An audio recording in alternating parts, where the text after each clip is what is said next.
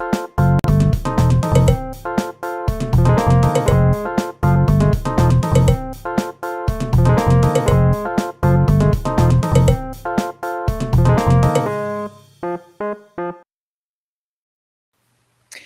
friends, and welcome to today's episode of Booked. I'm your host, Saffron Asteria, and I'm joined today by Rod Carley. How are you doing? I am great, Saffron. I am stoked to be here with you this morning. Thank you so much for being here. I really appreciate your time, and I'm very excited to talk to you about the St. Lawrence Writers Festival. So we're like 2 months away. That's coming up really fast. You must be getting really excited. We are. Yeah. It's bustle. Yeah, I bet. So before we dive into talking about the festival itself, could you just tell the audience a little bit about who you are and what do you do? Okay. Sure. Okay. I as a writer, I'm a literary fiction humor writer primarily. I have got 4 books out right now: Rough, Grim Reaping, Kinmount, and A Matter of Will. And I've been fortunate enough that 3 of my books have been longlisted for the Leacock Medal for Humor, which is Canada's foremost award recognized in humor writing. That's cool. And 2 of my books have received the silver medal from the Independent Publisher Book Awards. And I have a new book coming out in September. Actually, my cat does. My cat Hilton has a new book coming out.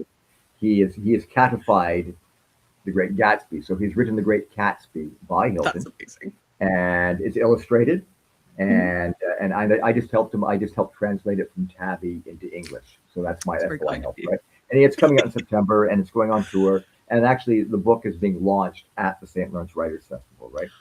There's going to be a cat's meow brunch beforehand, and it's all great fun, right? But I can talk more about Hilton later. So that's my literary world, and I teach workshops, and I love going to literary festivals and the like. And I've also worked in professional theater for 30, 40 years as a director, as an actor, as a teacher, an adjudicator. So that's the other side of my life. So I kind of cross-pollinate between the 2 disciplines. And I, with a committee, we formed the St. Lawrence Writers Festival a year and a half ago. That's amazing. So this is going to be number 2. Number 2, our sophomore year. That's right. So it's going to be decades and decades in the future. We're going to be coming back to this and being like, do you remember when we were talking about the second one? That's right. And we're going to have stories, and then there's the stories that we can't tell. But that's the plan. We'll be here 20 years from now. We'll be taught. Yes, that's a good mantra. That's a good thing to put out there. Let's do that. 20 years. I think you have to believe that things are going to go really well, because then you'll put everything into it. Like, you can't go into something, especially something that is so much effort and time and money to organize. Exactly. And you know what? And believing in it. When this committee got together, and it's in Brockville, Ontario, which is an hour south of Ottawa on the St. Lawrence River. And I was spawned in Brockville. That's where I grew up. And I recently moved back 3 years ago. Family was there and whatnot, and I can write anywhere. And I was looking for a change. And so there was a city councillor, Catherine Hobbs, who is a real dynamo. And she and another retired librarian, Wendy Hayes, they were this idea of a writers' festival in Brockville. So I got an email from them and asking might I be interested in meeting with them and talking about it, because I guess that they found out I'd moved back, I guess. So anyhow, I did. And they were very excited with this idea. And then some other volunteers, local writers and such. Anyhow, this committee was formed, and I was really glad to jump on board with everyone, because what I did is that everyone works so hard, right? And they all have different areas of expertise, but they're really passionate about it, to bring to this little community. As I say, it's a festival that operates like on a national level as a festival, but it's happening in this small community. So it's kind of like, how would we say, it's like thinking internationally, I guess, actually in that level, but we're doing it locally. And I love that, right?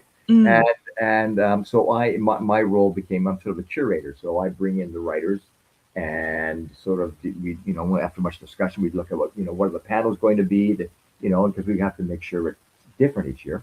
And so that's been great. And so and there's such a good bunch of people, and everyone works really, really hard. We're all volunteers, and I've been on boards throughout my life. I mean, and I kind of got worn out of being on boards, right? That's the reason Mm, I said I don't want to do any more boards. But this group is a great deal of fun as well. mm, So I'm really quite joyous to be on this committee and work as hard as I do with everyone else because we all believe in it, and it's really good for the community. mm, Having this new arts initiative, not only serving Brockville but Eastern Ontario in general, mm, it adds to the tapestry of the area, and it's important. And I think we've created something really special with this festival. It's the right balance between being a serious festival mm, with serious discussion to being a really fun festival. We're part of the festival like last year. We mm, did a boat cruise right with horror writers called Nightmare on the Narrows. We went out and very scary on the St. Lawrence River. And mhm. this year we're back with our boat cruise. Only, in the words of Roy Scheider from Jaws, we did need a bigger boat. So we've got a bigger boat this year. Really? Oh, Wow. yeah, a bigger boat with Cap Mandy Boat Rental, Thousand Islands Boat Tours. There's a plug for you, Cap and Mhm. Andy. And anyhow, so this year's theme is romance on the river, the love boat. So Nice. we have five romance writers who will be reading from their works and selling their books and talking about their books and a host and they are writers right now in Canada and that are also popular in the USA too that are Mhm, right now have new works that are really right in their game. So it's really exciting and mm, that'll just be a lot of fun, right? And so it's that kind of balance with everything else that we do, and mm, everything takes place in this. It's a church, but it's a mhm. church now that's sort of been decommissioned by the United Church, and now it's run by a committee, and it's called the Arts Hub, which is now a new arts sort of collective in Brockville. So they have everything, Amazing. theaters done there, and music and concerts and art shows and all, a variety of things. So that's our Mhm, event. And what's really nice about it, Saffron, is like all upstairs, all the events are happening in the theater, and which is really well equipped. So it's with everything we need, lighting, and then downstairs there's a new kitchen installation. So then downstairs we're serving food, and then our bookseller, which is Perfect Books in Ottawa, who are an amazing bookstore. They're our on-site bookseller. They're downstairs selling the books of all the writers that come, and the local writers can set up their own booths and sell. So mhm. it's one-stop shopping, right? It's a Yeah. one-stop literature fest, except for going on the boat cruise, right? But it's all there, and so that creates an incredible, easy intimacy between Mhm, audience and meeting writers, and it's just it's a great vibe, and mm, it's not like in a stuffy kind of classroom or anything. It's in this really really rich old building mm. that's been preserved that lends itself really nicely to what we're doing.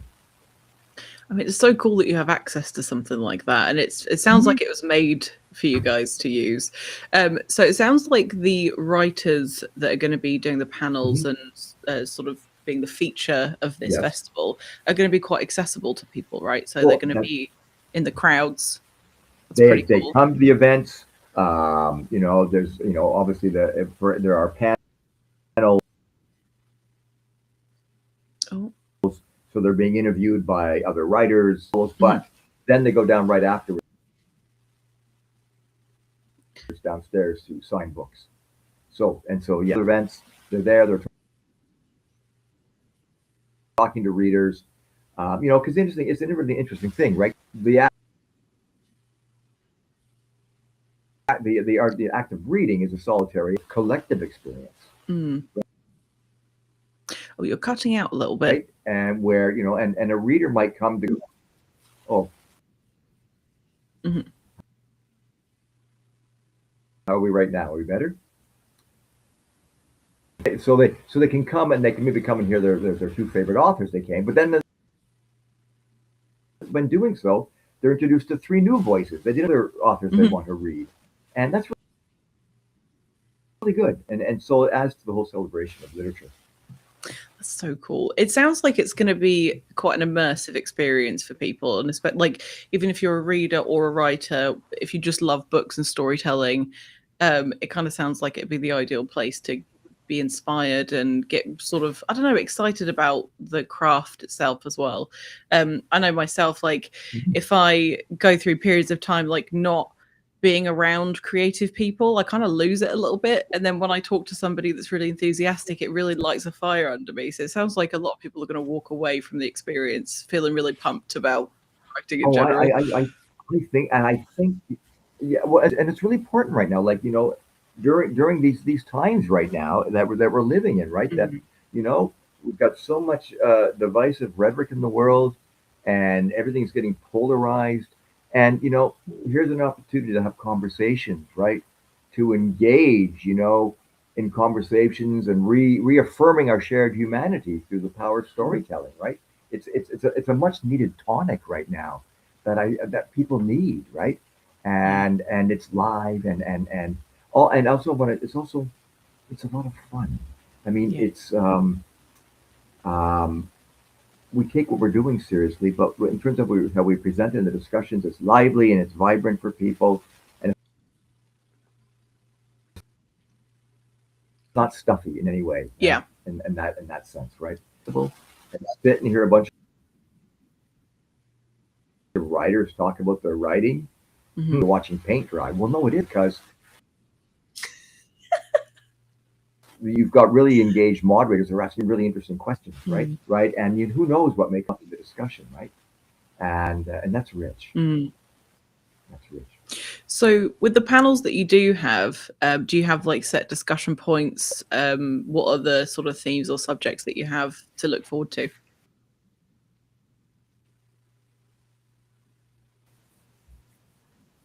Thursday night on September 10th with Wabashig Rice, right? Who and he's got two wonderful books of dystopian fiction, Moon of the Crusted Snow and Moon of the Turning Leaves, the sequel, right? And that's a national bestseller, and it's a best-selling book in the United States, right? And and in a few short years, he's become one of this country's most important Indigenous writers. Mhm. His books are all about this particular reserve and how they survive essentially after the apocalypse, right? And Mm. all those their history and their skills they have in survival and how their culture is structured is what leads them to have the ability to Mm. go forward and survive, right? So it's really good. So his event is called Moon of the Post Apocalypse, and I'll be interviewing Wob, which is going to be great. And then after Wob, we have Terry Fallis, who is one of this country's finest female writers, and he Mhm. has a new book out called The Marionette.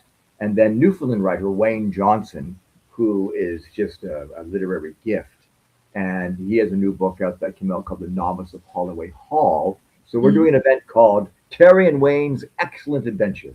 Oh, And fantastic. yes, exactly. So I'll be interviewing them as well, right? And talking about Mm. their books. And so that's our Thursday night. Mhm. And then Friday afternoon we have a local writer, Celia Godkin, who does children's picture books. So she's doing a workshop Mhm. on illustration. Oh, fab. And then in the afternoon we've got Gary Barwin, who is Gary Barwin is a unique humor writer. He's also a musician. He's Mhm. also, an abstract artist in different mediums. And I always say to Gary that I don't know what planet you came from, but I really love the oxygen that you breathe. Because he's just such a cool cat. And he has a new book coming out, and it's called The Comedian's Book of the Dead. Oh, Okay, so fab. kind of imagine Satan as a stand-up comedian. So, and then there's a lot more going on than just that, but Uh-huh. that's and yeah. So he'll be in a featured conversation Mhm. called the Grin Reaper, Mhm. which is going to be really really cool.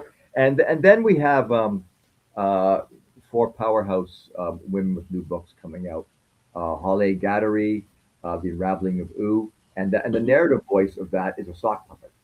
You know, Oh, you know how amazing. Linus had his security blanket, right? Our Mhm. central character in her book, she has a security sock puppet that she's had since a child and still has as an adult, and that's Mhm. the narrative voice.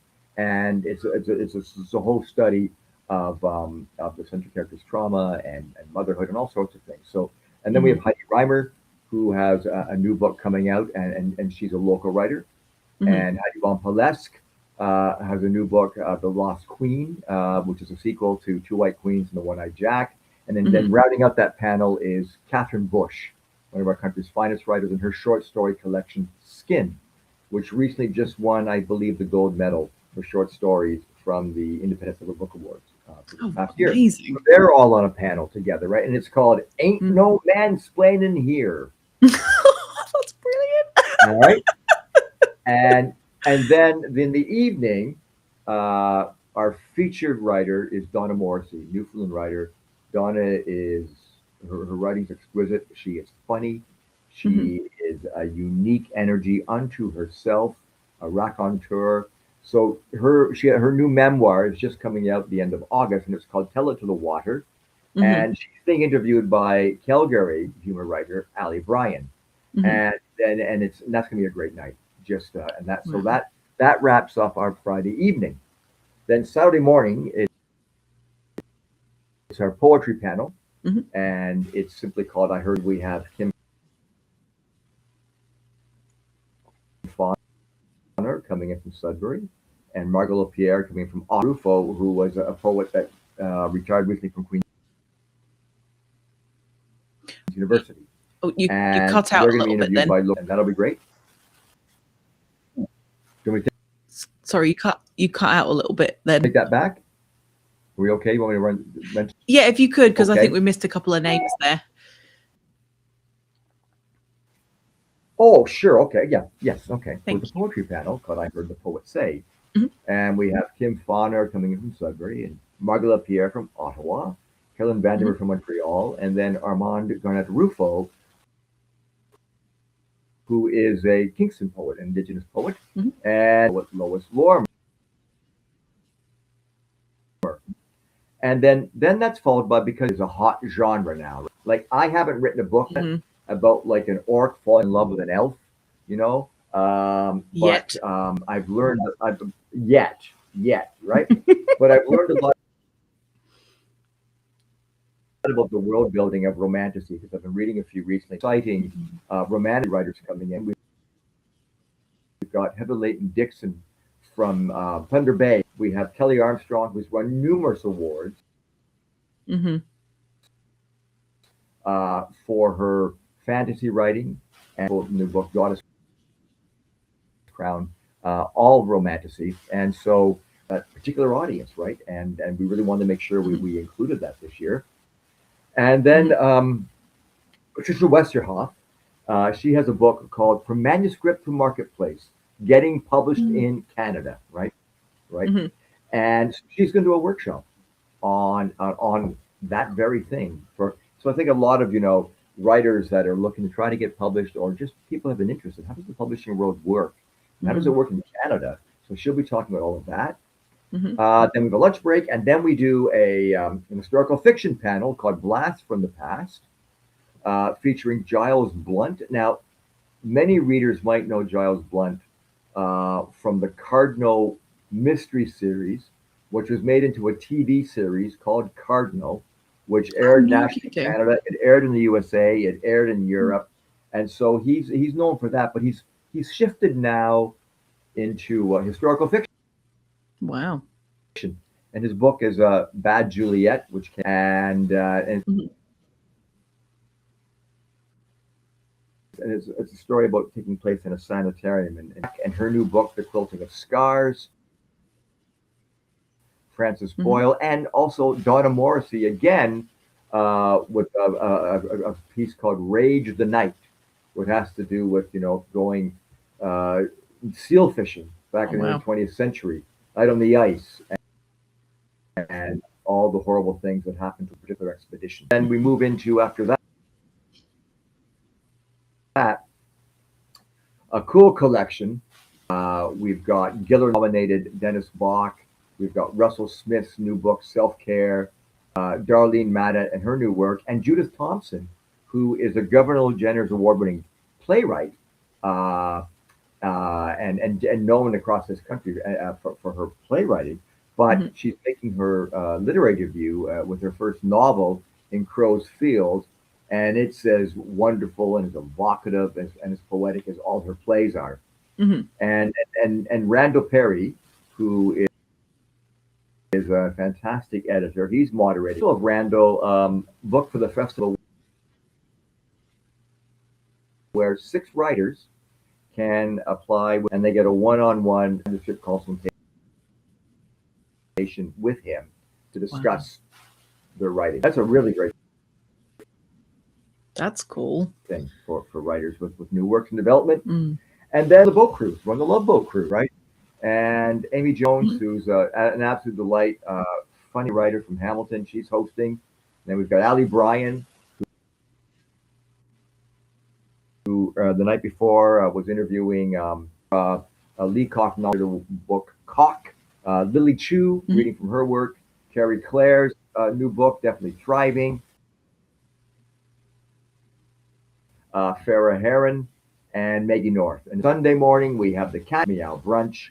And then in the afternoon, we wrap up with Hilton's book launch. We'll be interviewing myself, the illustrator Juliette Meron, who's coming in from Quebec, the publisher, and Hilton. So there's plenty going on. And that's the festival. So there's 37 writers over 4 days, yes. And there's always food on and coffee on in the Arts Hub. And, you know, as you said earlier, it's an incredibly immersive experience. Yeah. I imagine you're going to get a lot of people that don't want to leave. It sounds like maybe you should start a commune. I think maybe that is the next step, the next evolution. Buy a compound and just have that every week. And Brockville well, you know, Brockville's a beautiful little city on the river, right? It is the oldest incorporated community in Ontario, right? Javon, 2 years before Toronto. And so it's filled with old historic buildings dating back to the 1800s, right? Late 70s, early, and so it's a really pretty town.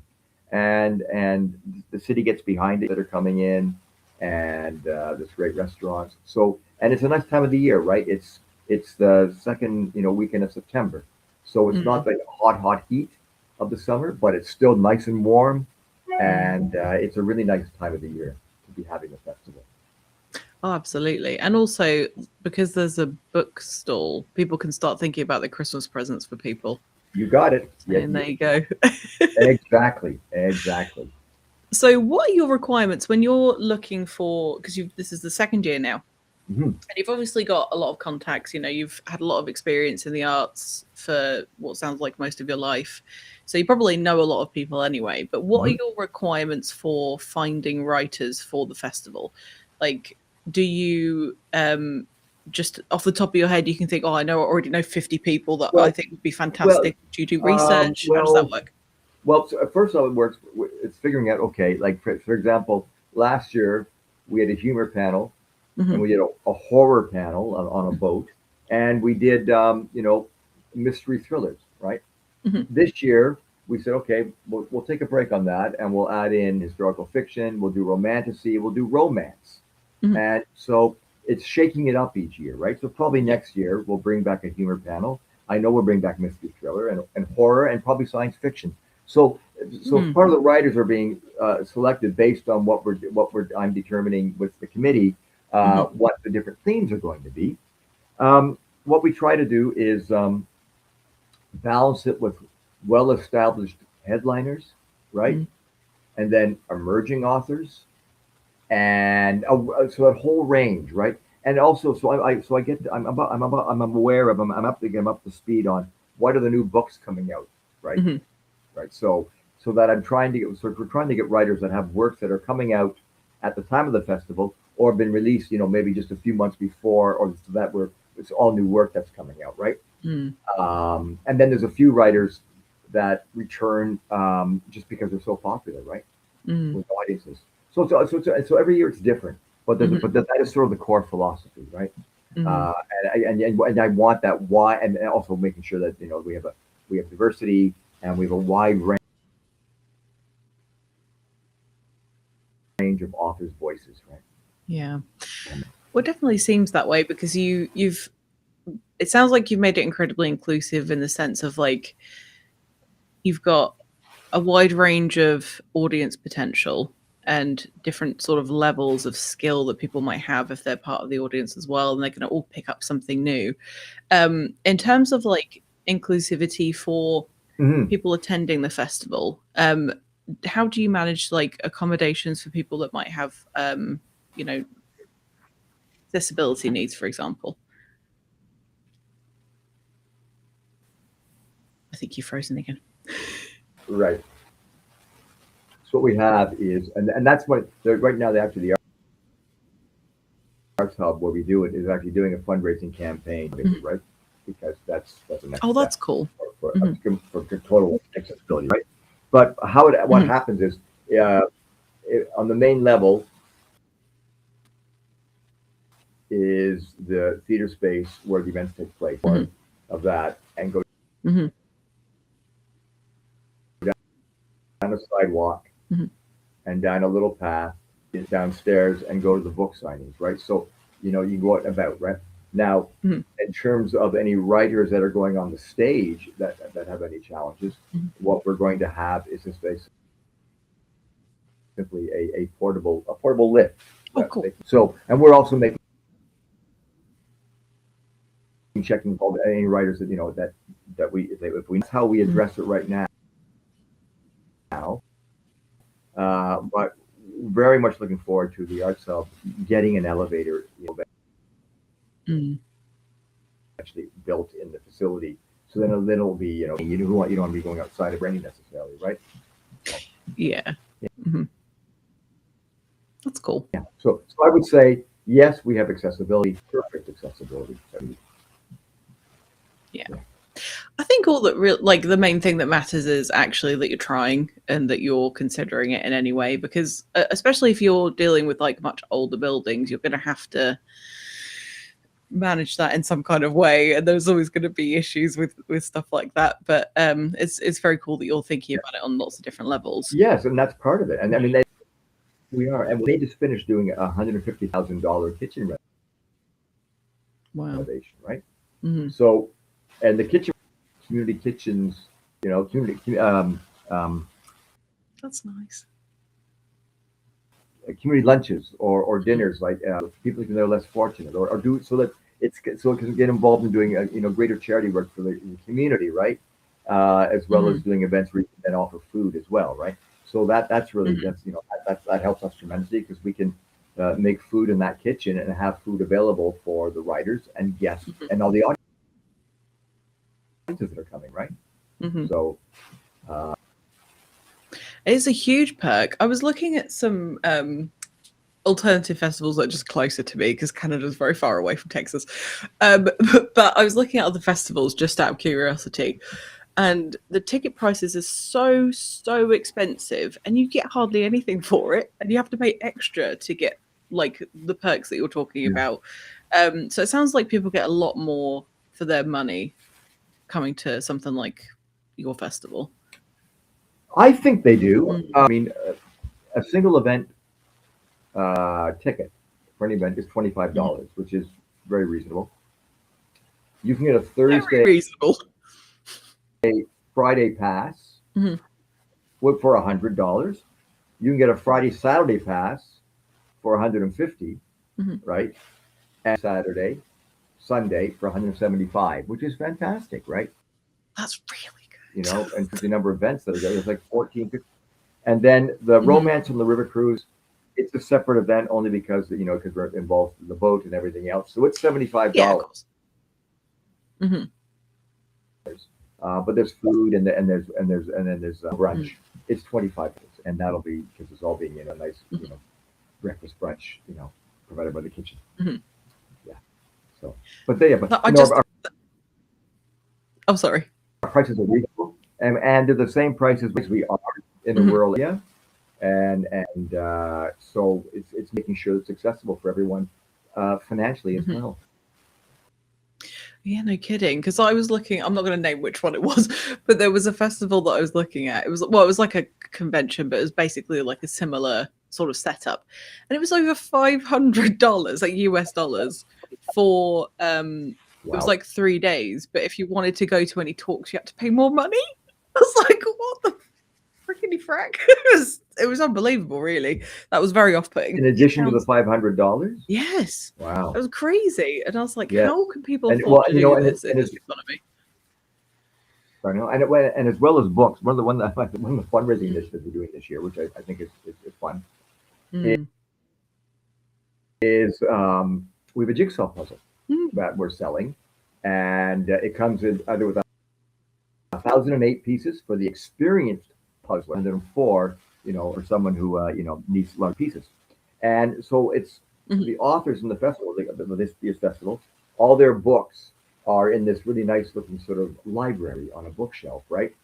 And so it was put together by a company not too far out of Brockville in Merrittville. And it's a lovely Mm. looking gift box. So that's on sale at the festival too. So the $10 from every puzzle Mhm. goes to support the Writers Festival, and it was our gold sponsor. It's a really great gift boutique store in Brockville called River West Company, Mhm. and that was their brainstorm to do this, and so that's unique. I don't know of any other festivals that have made a jigsaw puzzle with all their writers, and so we're going to probably go forward, and then each year, Mhm. depending how well this puzzle sells this year, each Mhm. year there's a new puzzle with the authors of that year, right? Mhm. And to me, book readers doing puzzles, it's all sort of in that same wheelhouse. Absolutely. And Yeah. it's also that's a great gift Mhm. as Oh, well. absolutely. And again, it's getting close to it's about time to start looking at Christmas presents. I know. But Yeah, no, just I definitely like it's incredible what you as a collective have been able to organize and put together thank you. for the for the price as well. Like that is unbelievably well priced. And because that's like Canadian dollars, which is I Well, think that's what I think and yeah. and where Brockville is in the St. Lawrence River, right? Hmm. We're literally it's called the Brockville. We're literally like less than a mile over the United States across the Hmm. river, right? So there's a huge Northern New York State community, right? And so with the value of the American dollar coming over to this festival, wow. I mean, Easy. it's that's a bargain. Hmm. It is a bargain, Saffron. Yeah. I think honestly, thinking about it, it would be cheaper for me to fly to Brockville and stay there and get a ticket than it would be for me to go to the one that I There was you looking go. at. What you do is you fly into Ottawa, all Uh-huh. right, and then you'd grab a train from Ottawa down to Brockville. Easy peasy.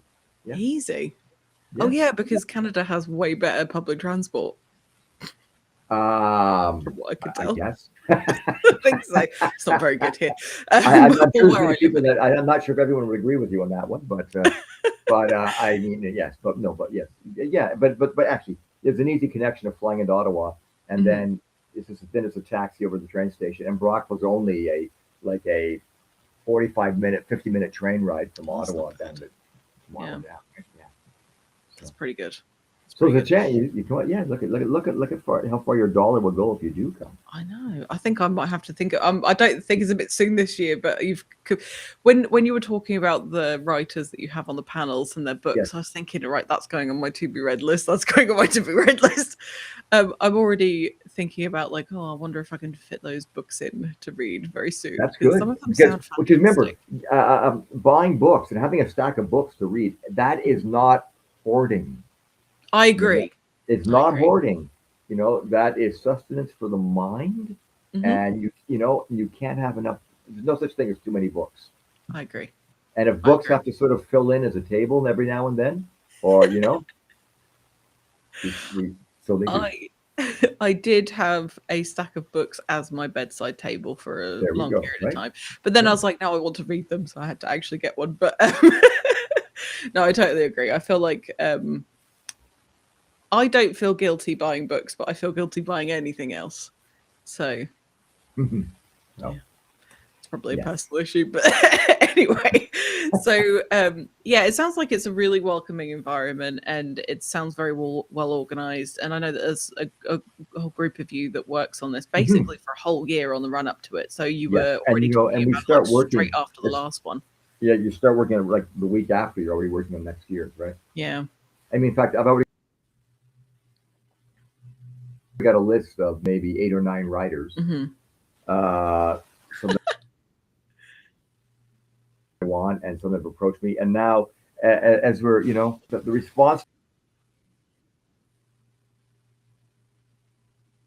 to our festival by some of the writers that come, the word of mouth, we're getting, now we're getting requests from writers or their publishers about coming to our festival. We've got then writers that are wanting to come to your festival, and that then you're now, so now we're getting to be known on the circuit, on the festival circuit, and that's a great thing, right? Yeah. The thing I think. Oh, sorry. here is Saffron, as you know, is doing. I mean, obviously, we want to find ways to get more Arts Council grants, which we're working on building, but not really building beyond how we do something. It's working. So just keep doing it. You don't have to get bigger. Just keep. Well, this is it, and I think like growth doesn't always look like bigger. Sometimes growth is just it's easier to get funding, or you can provide tickets at a lesser rate, or whatever the thing is. And I think part of the key of the charm of the St. Lawrence Writers Festival, from what I gather, is the location, the intimacy of it, and the fact that because it is the size that it is, that the organizers can actually have like way more control over the experience that people have. And once you start letting go of that and putting more and more people in between, the people that organize it at the top and the people that come and attend the festival, you're going to lose some of that magic and some of that sort of personal touch, aren't you? And that rerun, that gives that I'll do a shout out to our volunteers, right? We've got a lovely bunch of volunteers who are there too, and they add so much to the experience. Because of their enthusiasm, right? So and you know what? So the writers, one thing we loved about your festival is that you know what writers need to be taken care of, right? And I guess that probably comes because being a writer, so I know it's like when writers come to our festival, right? We cover their accommodation, their meal per diem, and they paid, to be in the festival, right? And we make sure that the writers are paid up front before they go on, right? That's cool. So there's that, and to me that's really important. It's really important about the integrity of the festival, and that security for the writers, and so a happy writer, right, makes for a great festival, right? So they tell other writers that want to come because they hear, wow, we hear your festival is a really great festival, and you treat your writers really, really well. And yes, because that's what it's about, right? And we treat our audience well, right? And that's all part of it. And I'm really proud of that. I'm really proud of how we present ourselves to the world. You should be proud. It's something amazing. I can speak, I promise. It's something amazing that you're doing for the community, and it must feel immensely satisfying to get, the level of compliments that you're getting and the attendance that you're getting. And I mean, the fact, as you said before, the fact that writers are like, oh, please, can I get put on the list for next year when this year hasn't even happened yet is crazy. Like, that's really cool.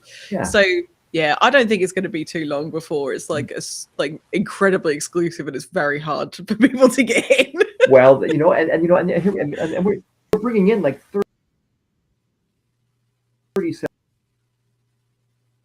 That's a lot of. We bring in 37 writers. I mean, that's a lot of writers. Really high for ourselves.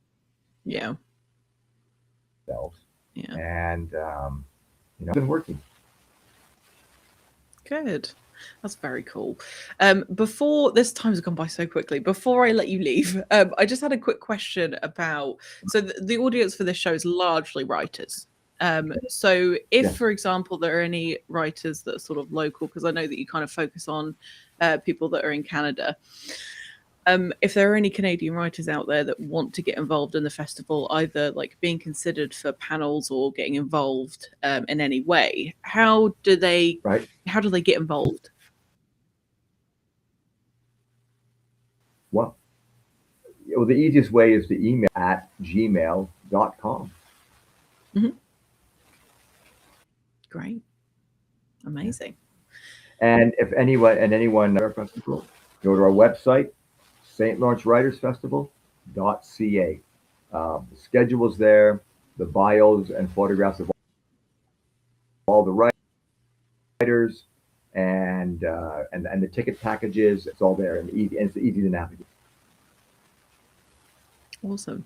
And the link to buy tickets is in this QR code, and it's also below. I've made it very easy for everybody. The link to the website is down below this video as well. So if anyone is watching this and they're interested in coming, there are tickets left, and it's in September. It's on the 10th, 11th, and 12th of September this year. And we'll probably be going on 4 days. 4 days. Oh, and 13th. My apologies. So yeah, it sounds like it's going to be an amazing time, and I just want to thank you so much for being here and telling us all about what to expect from the festival, and I hope that you have the best time. Well, for your investment of your energy and your time and your passion and excitement as well. It's been really lovely talking with you about it. Oh, you too. Thank you. Well, I'm going to wave goodbye, and I will see you on the other side, but I hope that you have a fantastic time. And thank you to everybody that joined us today. And if you're watching the recording or you watched us live, I'm glad that you're here. I'll see everybody later. Bye.